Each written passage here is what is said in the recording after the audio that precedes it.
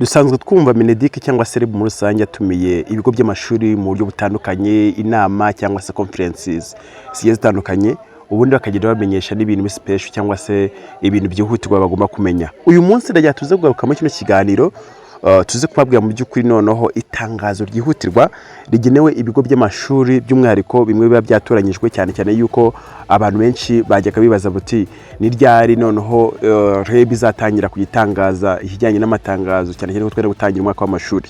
Hari uburyo ki leta igenda ishira ingufu mu gushaka abakozi, nta bundi buryo rero ibikoramo ni ukorana na education kugira ngo training babakozi babakenewe ku isoko ry'umurimo ejo hazaza. Haba umwana wawe uri kwiga mu ishuri bitewe n'ikintu yiga agomba kuba trained cyangwa se agomba guhugurwa cyangwa se guhabwa icyo agomba guhabwa kugira ejo zibone ku isoko ry'umurimo. Uyu munsi uraza kunyemera nkubwira ngo niba ari ubwa mbere kana subscribe ni musaba dukora cyane nabwo n'iby'agaciro sharanga n'abandi ino nkuru igere kure cyane. Urumva ko nitangazo ryihutirwa rigomba kugira ku bantu benshi cyane, ya umubyeyi cyangwa se ishuri runaka bireba.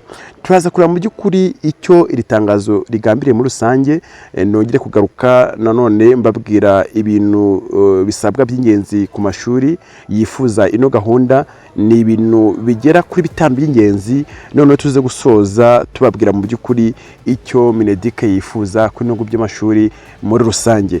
Itangazo nta ndaza gutinda ri muri rw'icyongereza ariko ndagenekereza kurishyira mu kinyarwanda. Ndagira ngo wenda byibuze umuntu wese utumva neza ururimi rw'icyongereza aze kugera ku musozo amaze kumenya uko rimeze. Itangazo ryasohotse ku itariki 3 z'ukwa karindwi 2026 rifite nimero 710/2 REB/01/2026. Ni itangazo ryandikiwe abayobozi b'uturere bose, noneho kandi rimenyesha cyangwa se ribinyuzwa ku munyamabanga nshingwabikorwa w'uturere bose, ubwo nuko ari 30. Ryatangiye rigira ati banyarwandakazi banyarwanda, ingingo ni ubutumire ku mashuri kwiyandikisha kugira ngo atange gahunda ya Associate Nursing Program NEP. Ngira ngo iyi gahunda murayizi ni ya mashuri abafatanya na leta mu gira bazasore abaganga bagomba kuzaza gufasha abaganga bari mu murimo muri rusange. ANP cyangwa se Associate Nursing Program ni gahunda y'ingenzi iri muri gahunda ya leta y'u Rwanda yo kuvugura abakozi bo mu rwego rw'ubuzima, ibyo twita 4 Health Workforce Reform, ishyirwa mu bikorwa binyuze muri NCT2 Second National Strategy for Transformation. Iyi gahunda iha abanyeshuri ubumenyi bw'ibanze bubafasha gushyigikira urwego rw'ubuzima, ikabaha amahirwe y'akazi ndetse ikanabafungurira inzira yo gukomeza amashuri makuru mu by'ubuvuzi. Byumvikane yuko iyi gahunda ni ingenzi cyane. Ibyiciro bibiri bya mbere by'abanyeshuri bamaze kurangiza iyi gahunda byagaragaje ko umusaruro ushimishije. Hafi ya 50% by'abarangije bakomeje amashuri makuru na 30% bakora mu bigo nderabuzima by'ibanze na 20% bakaba bakora kandi banakomeza amashuri icyarimwe. Mu rwego rwo kongera cyangwa se rwo kugera ku ntego yo kwiyandikisha cyangwa yo kwandikisha abanyeshuri 2000 muri Nzeri 2026, REB irimo kongera umubare w'amashuri atanga iyi gahunda. Iyi gahunda nyine ya Associate Nursing Program NEP. Bityo rero ikigo cy'igihugu gishinzwe uburezi bw'ibanze REB cyangwa se Rwanda Basic Education Board kirasaba kugeza uru rwandiko ku bayobozi b'amashuri yisumbuye acumbikira abanyeshuri, icyo twita boarding secondary schools, atanga ishami ry'ubumenyi science stream 1 kugira ngo basabe uburenganzira bwo gutanga gahunda ya Associate Nursing Program NEP. Ibisabwa by'ingenzi ku mashuri yifuza gutanga iyi gahunda ni ibintu bigera kuri bitanu nshaka kujya tugiye gusangiza muze kumenya mu by'ukuri ni ibihe, cyane cyane ko abantu benshi bagiye batubaza ese iyi gahunda mu by'ukuri isabwa iki, ni ikihe kintu bazagenderaho kugira ube selected. Icyambere ni ukuba ari ishuri ryisumbuye ricumbikira abanyeshuri kandi ritanga science stream 1, rifite ubushobozi bwo kwakira abandi banyeshuri bacumbikirwa. Ako nakana agomba kuba ari ishuri rya boarding cyangwa se ari ishuri twavuga ngo wenda ibyo twakwita be a boarding secondary school offering a science stream 1 and having a capacity to accommodate additional boarding students. Icya kabiri cyazwe kugarukwaho bagomba guhitamenya ni have free dedicated classroom for senior 4 to senior 6 NEP students schools having parallel classes of stream 1 clean prayers 1 class with NP class. Bivuze ngo mu Kinyarwanda ingingo ya kabiri ni kuba rifite icyumba cyihariye gishobora kwakira laboratoire no kuba ifite ibyumba bitatu byihariye byo kwigiramo abanyeshuri ba NP kuva mu mwaka wa 4 kugeza mu mwaka wa 6 kandi amashuri afite amatsinda abangikanye muri stream 1 ashobora gusimbuzwa rimwe muri yo amatsinda.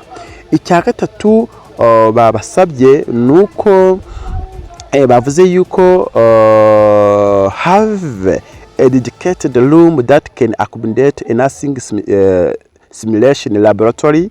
Bivuze ngo agomba aya mashuri nyine azasaba agomba kuba afite icyumba cyihariye gishobora kwakira laboratoire yo kwigishirizamo ubuforomo byo twita nursing simulation laboratory. So bivuze yuko iri shuri igomba kuba ryiteguye kuba rifite iyi laboratoire. Icya kane gisa nkaho nanone gikomeye nuko kino kigo kigomba nkuko babivuze be located within 1 kilometer of district hospital for students clinical placements where a school is located more than 1 kilometer away. Reliable transport to the clinical training site.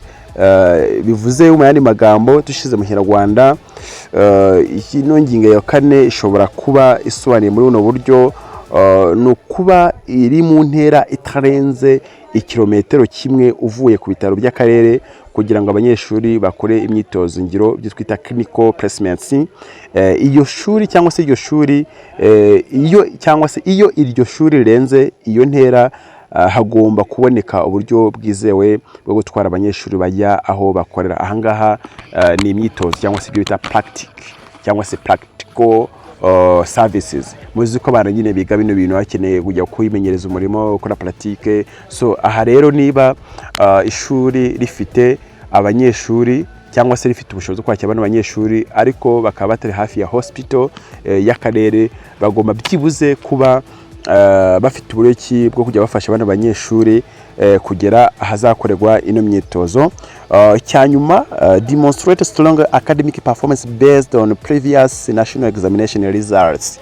Bivuze ngo iki kigo kirasaba ino gahunda ya NP kigomba kugaragaza umusaruro mwiza mu mitsindire y'ibizamini bya leta byo mu myaka yashize. Bagomba kureba nyine previous cyangwa se uhereye kuri recently one yingi igiye gusohoka bagasubira inyuma kaza kureba mu byukuri ese this school is really ready to receive students of NP cyangwa se nursing associate program nkuko bagiye bitangaza. Amashuri rero yujuje bisabwa arasabwa kohereza dossier y'ubusabe muri NESA kuri email info@nesa.gov.rw kopi koherezwa kuri info@moh.gov.rw bitarenze ku itariki 14 z'ukwa 8 2026. Ubusabe buzasesengurwa hashingiye ku bisabwa byavuzwe haraguru kandi amashuri azasurwa cyangwa se azasurwa kugira ngo harebwe niba yiteguye mbere yo guhabwa uburenganzira. Turashishikariza amashuri yose yujuje ibisabwa gukoresha neza aya mahirwe kugira ngo agire uruhare mu kubaka abakozi bejo hazaza mu rwego rw'ubuzima mu Rwanda no kongera amahirwe ku rubyiruko mu Rwanda. Mugira amahoro. Iretere isinywaho n'umuyobozi mukuru wa REB Dr. Mbarushimana Nelson ndetse bimenyeshwa cyangwa se kopi habwa Minisitiri w'Uburezi, Minisitiri wa Leta ushinzwe uburezi, Minisitiri wa Leta ushinzwe ubuzima, umunyamabanga uhoraho muri Mineduc murabizi ko uyu nguyu abakomeye, umunyamabanga uhoraho muri Minisiteri y'Ubuzima n'umuyobozi mukuru wa NESA Dr. Bahate, abahuza bikorwa b'uburezi mu ntara zose bahawe kopi. Byumvikana yuko aya ni amahirwe NESA, REB cyangwa se Mineduc mu gusange iri kugenda itanga ifatanyije na Minisante mu gihe kugiye barebe nimba koko ejo hazaza bazafite abakozi bafite ubunararibonye ariko bitewe n'ubwinshi bw'abakozi bakenewe. So akaro mpamvu nyine basabye ibigo by'amashuri byujuje ibisabwa bitari ko twabibabwiye kuba bakwapplyinga kugira bahabwe ano mahirwe yo gutanga ano masomo ajyanye n'ubuganga cyangwa se n'ikiganga. Urumva ni ikintu cyiza, bivuga ngo ntago bikiri inzozi. Wa mwana wo mu ntara cyangwa se wa mwana uri ahantu Kantarange ashobora kuyaziga ubuganga mu gihe afite zino nzozi, cyane cyane ko basabye yuko iri shuri rigomba kuba rifite science stream 1, bivuze ko nta mahirwe kuri abana n'ubundi biga kuri bigo bigiye guhitamwo cyangwa se bigiye gusaba buno busabe. Ahangana honyine ubona amakuru nk'ayangaya uze kunyemerera tuze guhura mu bindi kiganiro, noneho niba ari ubwa mbere dukurikiranye sangiza n'abandi nkuru zacu kandi kandi like subscribe n'itegeko cyangwa se ni ngombwa ko murabona ko niho honyine nyine wabona amakuru nk'aya. Bye bye, turi mu kindi kiganiro. Iyi ni chaîne yanyu.